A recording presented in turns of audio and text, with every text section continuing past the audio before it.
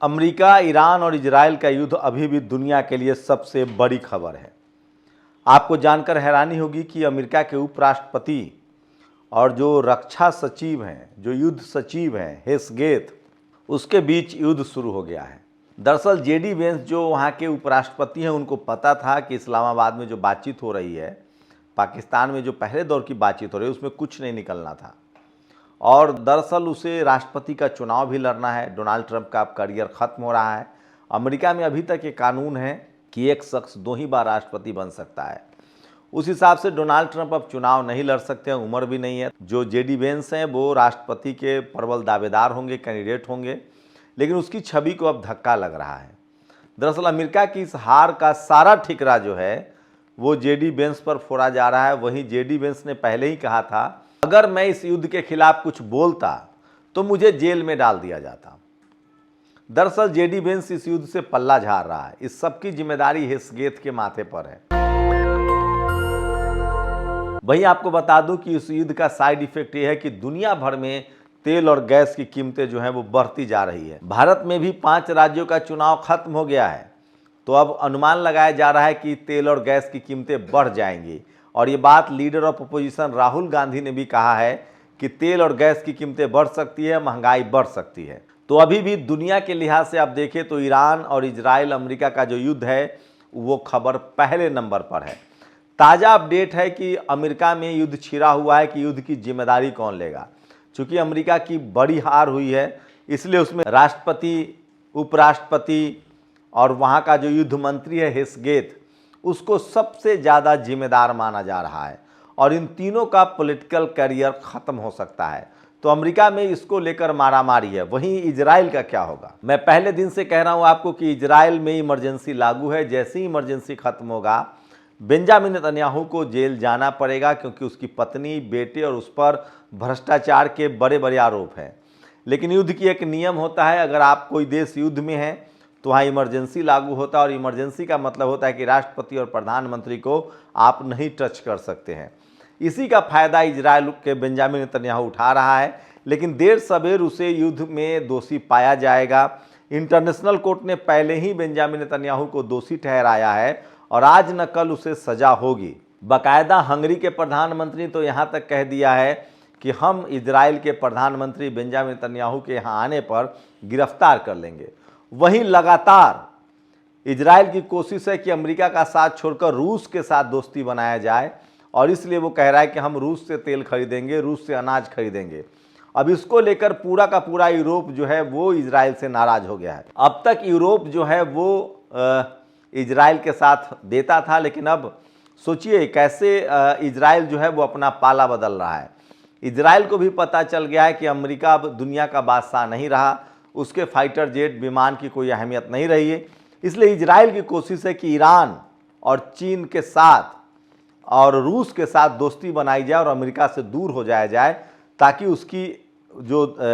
उसका जो देश है वो बच जाए। दरअसल ईरान ने साफ कहा था कि अगर अब हम पर कोई हमला हुआ तो हम इजराइल को ख़त्म कर देंगे। तो इजराइल अब तेज़ी से पाला बदल रहा है। उसकी कोशिश है कि अमेरिका के बदले रूस से दोस्ती बढ़ाई जाए, और उसने बड़ी मात्रा में अनाज उसने रूस से खरीदा है। अब इसको लेकर यूक्रेन नाराज है और यूक्रेन के साथ पूरा यूरोप खड़ा है। तो देर सवेरे जो युद्ध है वो मल्टी डायमेंशनल हो रहा है, और इजराइल ने लगभग अमेरिका का साथ छोड़ दिया है। और उसकी कोशिश है कि रूस के बहाने चीन से दोस्ती की जाए, ईरान से दोस्ती कर ली जाए। दरअसल इस पूरे युद्ध में ईरान जो है वो एक विश्व विजेता के तौर पर उभरा है। ईरान के पाले में वो सारे गेंद है जो अब वो जैसे चाहे इस्तेमाल कर सकता है। और इजराइल ही नहीं, अब तो सारे के सारे खाड़ी देश जो है वो ईरान के साथ आना चाहते हैं।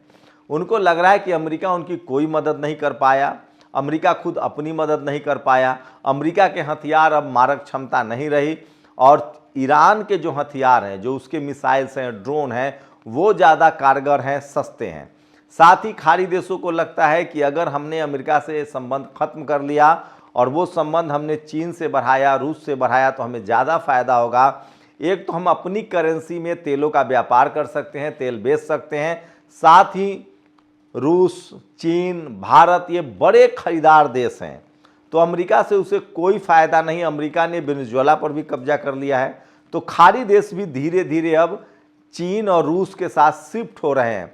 इसका मतलब है कि दुनिया में अमेरिका जो है वो अलग थलग पड़ गया है और यही वजह है कि अब अमेरिका की अहमियत खत्म हो रही है और ईरान के पाले में सारे गेंद है। ईरान अब पूरी तरह से होर्मुज स्ट्रीट पर कंट्रोल कर चुका है और कहा जा रहा है कि अमेरिका के पास सिर्फ 2 मंथ का तेल रहता है, 3 मंथ का। 2 मंथ गुजर चुका है, 1 महीने और वो सर्वाइव कर सकता है। अगर होर्मुज से उसके शिप को नहीं जाने दिया गया तो आने वाले दिनों में अमेरिका में बड़ी किल्लत होगी और हाहाकार मच जाएगा। लेकिन ईरान की शर्तें बहुत सख्त हैं। वो कह रहा है कि युद्ध तभी समाप्त माना जाएगा, होर्मुज स्ट्रीट तभी खोला जाएगा जब इस युद्ध में जो ईरान को नुकसान हुआ है उसका पूरा हर्जाना जो है वो अमेरिका दे, उसकी पाई पाई का हर्जाना दे। $300 बिलियन का उसने पहले अनुमान लगाया कि इतना हर्जाना तो पहले पहुंचाओ, उसके बाद हम बाकायदा आकलन करेंगे, मूल्यांकन करेंगे, उसके बाद और जो हर्जाना होगा वो भी देना होगा। साथ ही ईरान अब कह रहा है कि आपको इजराइल का भी हर्जाना देना पड़ेगा। इजराइल ने जो हमला किया था लेबनान पर वो हर्जाना देना पड़ेगा, या तो इजराइल दे या इजराइल के बदले अमेरिका दे। साथ ही वो कह रहा है कि फिलिस्तीन पर जो हमला हुआ है उसका हर्जाना भी इजराइल को देना पड़ेगा।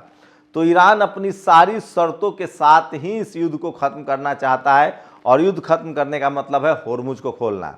होर्मुज और अलमंदेब वो 2 कमज़ोर नस है दुनिया का जिसके कब्जे में ईरान है। ईरान के पास वो रास्ते हैं दोनों और वो चाहे जिसको तेल ले जाने दे, जिसको चाहे तेल न ले जाने दे।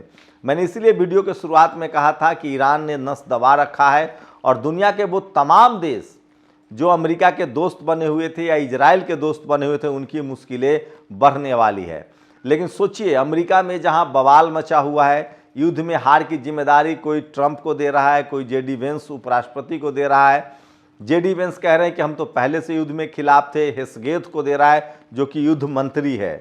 तो ये सबसे बड़ी खबर है। पेंटागन में कोहराम मचा हुआ है, अमेरिका में कोहराम मचा हुआ है। सोचिए 1 महीने बाद जब तेल का स्टॉक खत्म होगा तब सरकारें क्या करेंगी।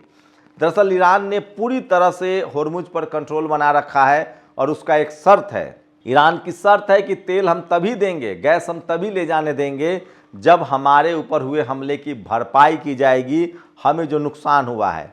आगे से किसी भी देश पर अमेरिका हमला नहीं करेगा, उसके लिए ग्लोबल ट्रीटी हो और साथ ही जो लेबनान का नुकसान है, जो फिलिस्तीन का नुकसान है, जो यमन का नुकसान है, इन सब की वापसी हर्जाना देना पड़ेगा। ये बड़ा मुद्दा बन गया है। अमेरिका में बेचैनी है, अमेरिका की बादशाहत खत्म हो गई है।